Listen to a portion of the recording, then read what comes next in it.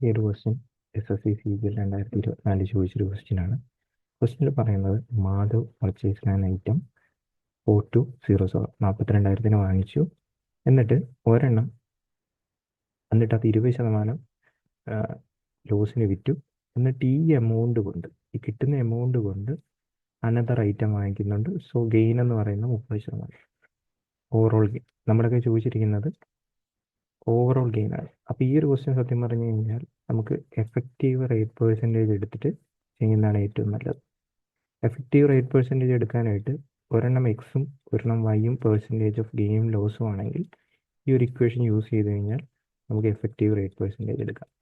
അപ്പോൾ ഈ ഒരു കേസിൽ ആദ്യത്തെ ലോസ് ആണ്, രണ്ടാമത്തെ ഗെയിൻ ആണ്, ദെൻ വീണ്ടും ഓക്കെ XY/100. ശ്രദ്ധിക്കേണ്ട കേസ് എന്ന് പറയുമ്പോൾ ഗെയിൻ ആണെങ്കിൽ നിങ്ങൾ പോസിറ്റീവ് സൈൻ ഇടുക, ലോസ് ആണെങ്കിൽ നെഗറ്റീവ് സൈൻ ഇടുക. ഓക്കെ, അപ്പോൾ ഇത് കട്ട് ചെയ്ത് പോയിട്ട് 10 - 6 4% എന്ന് പറഞ്ഞിട്ട് 4% ഗെയിൻ ആയിരിക്കും വരാൻ പോകുന്നത്.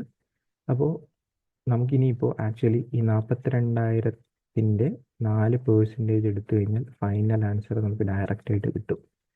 42,000-ൻ്റെ 4% എന്ന് പറയുമ്പോഴത്തേക്കും 42 × 4 ഒരു 0, 168 ഒരു 0, 1680 രൂപയായിരിക്കും ഓവറോൾ ഗെയിൻ ആയിട്ട് വരുന്നത്.